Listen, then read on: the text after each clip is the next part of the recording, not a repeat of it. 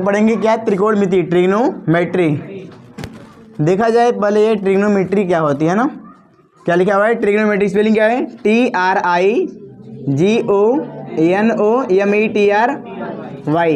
देखिए ये दो शब्दों से मिलकर के बना होता है, ठीक है।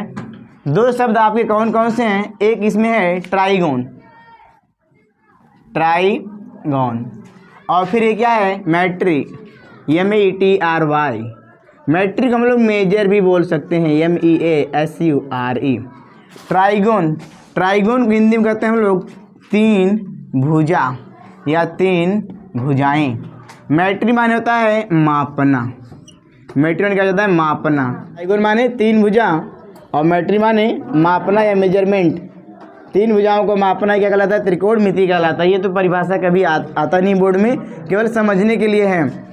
जो 10 में अगर IMP हैं वो मोस्ट इम्पॉर्टेंट हैं, जैसे एंगल है, sin 90 - थीटा है, फिर इसके बाद त्रिकोणमिति सर्वसमीका है, फिर इसके बाद लंब कर्ण आधार हैं।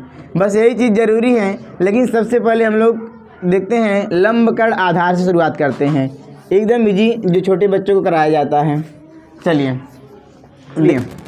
देखते हैं। मान लीजिए अपने पास एक त्रिभुज रहेगा, ध्यान देना ये त्रिकोणमिति जो हम लोग जितना भी सवाल लगाएंगे सब के सब त्रिभुज कैसे होंगे, एक समकोण त्रिभुज होगा। समकोण त्रिभुज खासियत क्या होती है, उसमें एक कोण 90 अंश का होता है। कितने अंश का होता है, एक कोण 90 अंश का होता है। हम लोग क्या कहते हैं, फिर उसे समकोण त्रिभुज कहते हैं। ठीक, वह त्रिभुज जिसमें एक कोण का मान 90 अंश हो उसे हम लोग क्या कहेंगे, समकोण त्रिभुज कहेंगे। ध्यान दीजिएगा। चलिए देखते हैं, बना लेते हैं हम लोग। मान लीजिए हमारे पास ये हो गया A, ये हो गया B, ये हो गया C। अच्छा ये ABC क्या कहलाते हैं, एक सिंपली भाषा में ABC इस त्रिभुज की क्या है, शीर्ष हैं, वर्टाइसेस, वर्टिस बोलता है। ABC क्या है, त्रिभुज के शीर्ष हैं। यहाँ पर मैं मान के लिए इसे कोण मान ले रहा हूँ कि ये कोण कितने अंश का है, 90 अंश का।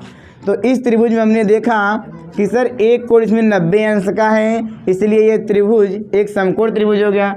अब इसमें बड़ी आसानी के साथ हम लोग बता सकते हैं इसमें लंब कर्ण आधार कौन होता है।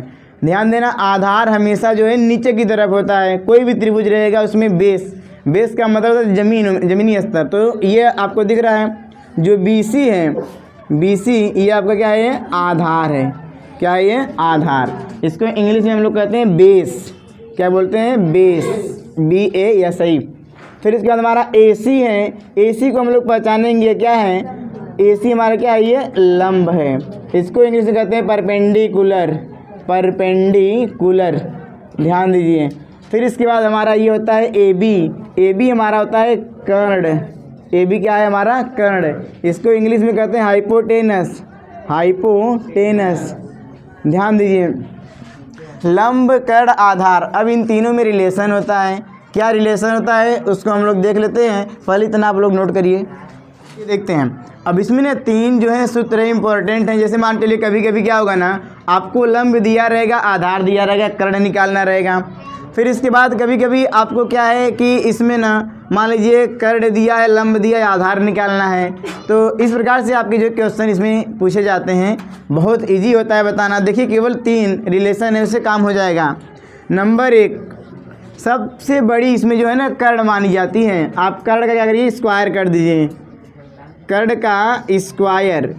का स्क्वायर माने क्या होता है, कर्ण के आते 2 बराबर कर दीजिए लंब का स्क्वायर और प्लस आधार का स्क्वायर। तो यही आपका केवल एक फार्मूला है, सब काम कर देगा। आप किसी भी लगाइए, आपका सब में जो है सही हो जाएगा। ठीक, आपको लंब और आधार दिया है तब भी आपका काम हो जाएगा।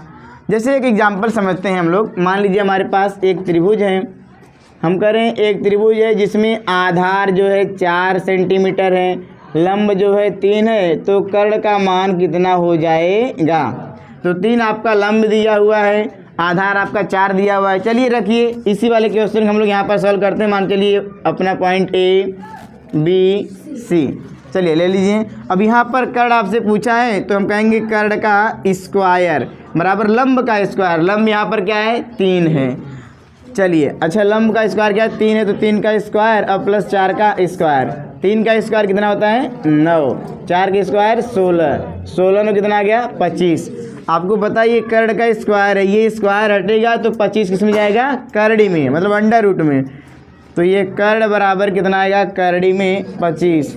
ये बाहर निकलेगा तो प्लस माइनस का 5 आएगा, लेकिन यहाँ पर माइनस नहीं लिया जाएगा क्योंकि भुजा को नापने के लिए माइनस की आवश्यकता नहीं पड़ती, इसलिए आपका उत्तर क्या सही होगा, केवल प्लस का 5 और प्लस 5 लिखा नहीं जाता। चलिए इतना हो गया क्लियर। अगर मान के लिए अगर आपको कर्ण दिया रहे तब आधार कैसे निकालेंगे, तो आप इसी सूत्र का प्रयोग करेंगे, आपका सब निकल जाएगा। इसको इतना नोट करिए, फिर आगे हम लोग सीखते हैं। अब इतना हो गया। ये तो बहुत सिंपल था कि बड़े आसानी के साथ लंब कर्ण आधार में दिया रहेगा, रिलेशन में निकाल सकते हैं, लेकिन आपके 10 में कुछ हट के है थोड़ा सा। चलिए देखा जाए कैसे है। हम समकोण त्रिभुज लेंगे और उस पर जो है 6 पद्धतियाँ अपनाएंगे, अर्थात त्रिकोणमिति में 6 अनुपात दिए गए होते। कौन कौन से अनुपात होते हैं भुजाओं को ज्ञात करने के लिए बहुत बार जो है शॉर्ट ट्रिक काम करता है। तो जैसे मान चलिए हमारे पास एक समकोण त्रिभुज हो जाए, तो हम बना लिए समकोण त्रिभुज ABC। ये हमारे क्या हो गए ABC शीर्ष हो गए, और ये वाला कोण कितने अंश का हो गया 90 अंश का, और ये वाला कोण में मान लो क्या हो जाए थीटा। अच्छा मान लीजिए हमारा ये वाला कोण हो जाए अल्फा, सही है।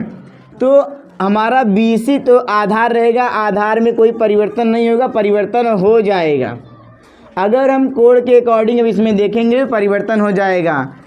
एक अच्छा तरीका सिखा रहा हूँ लंब निकालने का। अगर मान लीजिए अगर आप कभी भी ज़िंदगी में कन्फ्यूज हो रहे हैं तो लंब कौन सा है, इसमें कैसे पहचानेंगे।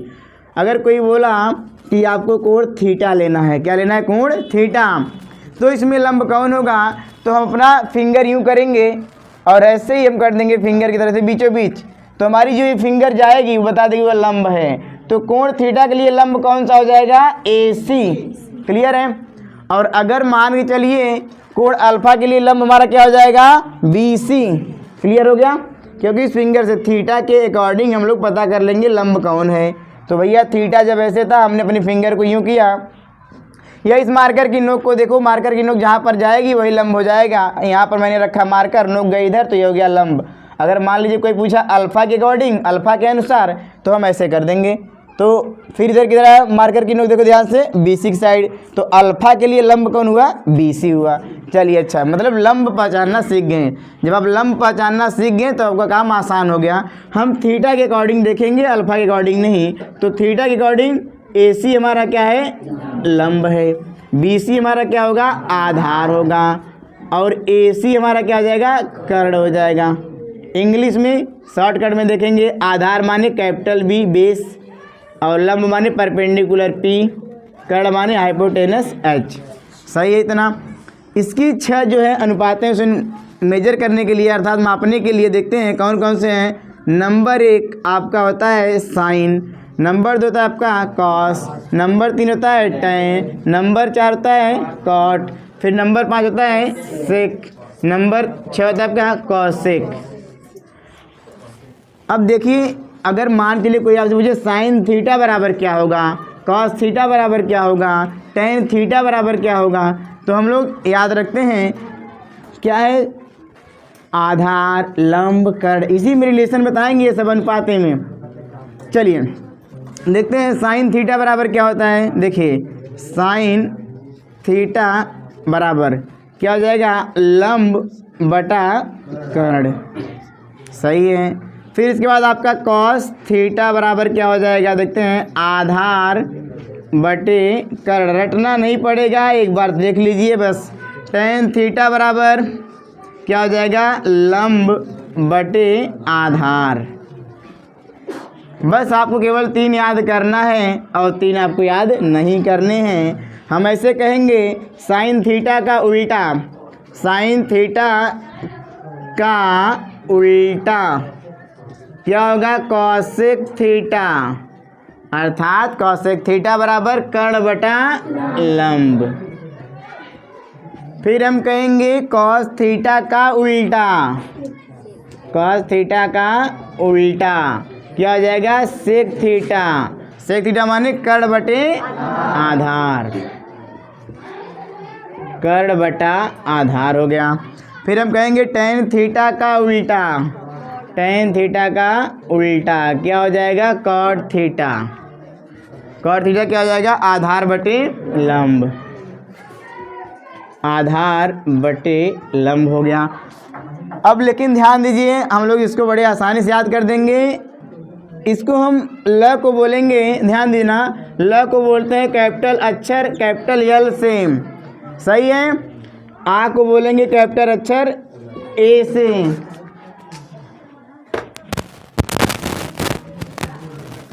चलिए ध्यान दीजिए, आ को बोलेंगे कैपिटल अक्षर A से, कर्ण को बोलेंगे किससे, कैपिटल K से। अब हम इसको बना देंगे एक नियम शॉर्टकट में ऐसे, यल बटे के ए, क्या दिख रहा है, लाल बटे कक्का। अब लाल बटे कक्का में यल से देखिए क्या है, लंब, ए से क्या है, आधार, फिर यल से क्या हो गया, लंब, के से क्या हो गया, कर्ण, फिर इसके बाद के से कर्ण, फिर ए से आधार हो गया।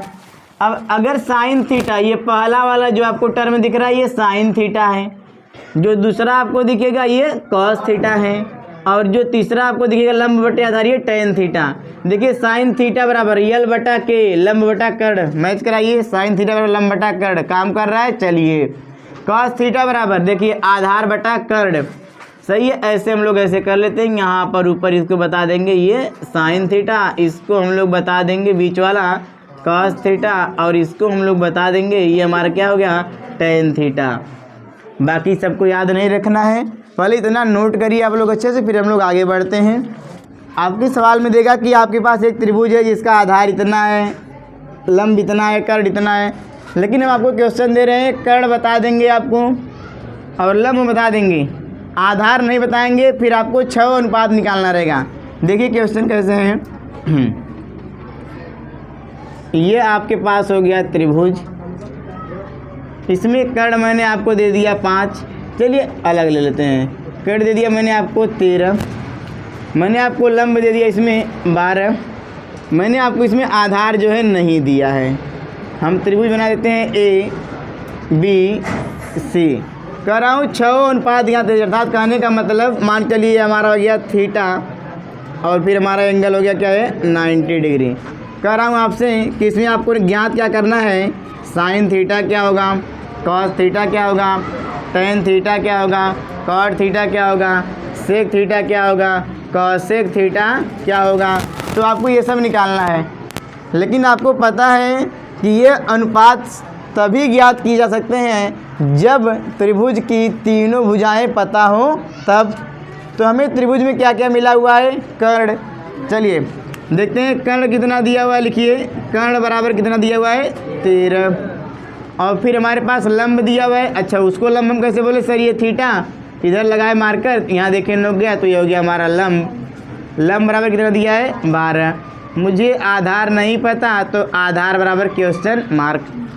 केवल एक सूत्र लगाना है, कर्ण का स्क्वायर बराबर लंब का स्क्वायर प्लस आधार का स्क्वायर। कर्ण का स्क्वायर 13 का स्क्वायर, 13 का स्क्वायर, लंब का स्क्वायर मतलब 12 का स्क्वायर प्लस आधार का स्क्वायर।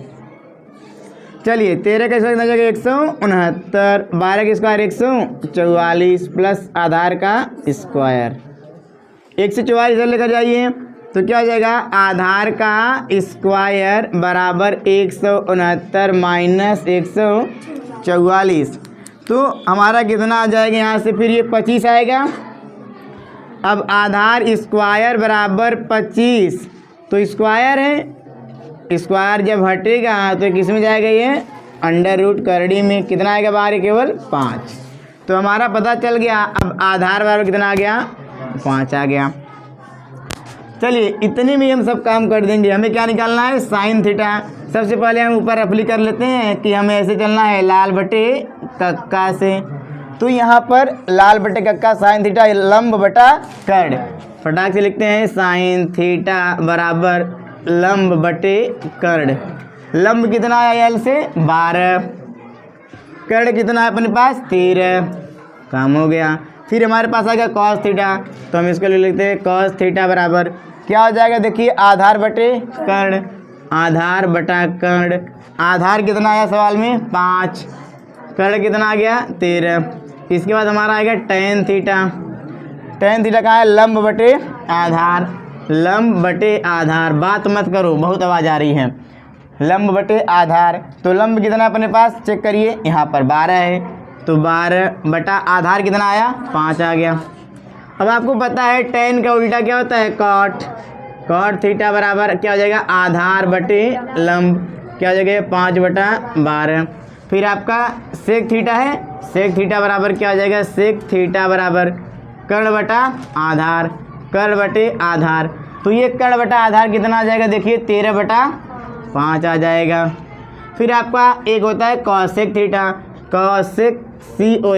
cosec थीटा बराबर किसका उल्टा, साइन का उल्टा, तो कर्ण बटा लंब, कर्ण बटे लंब कितना है 13 बटे 12। तो आपके ये हो गए क्वेश्चन का आंसर पूरा। अब मान के चलिए हमारे पास थीटा की जगह क्या आएंगे, कोण आएंगे। कौन कौन से कोण, 0 अंश, 30 अंश, 60 अंश, 45 अंश, 90 अंश, इससे ज़्यादा नहीं आएगा, ध्यान दीजिए। फिर इसके बाद कोण को समझने के लिए और कुछ उसमें आता है, sine 90 minus theta, cos 90 minus theta.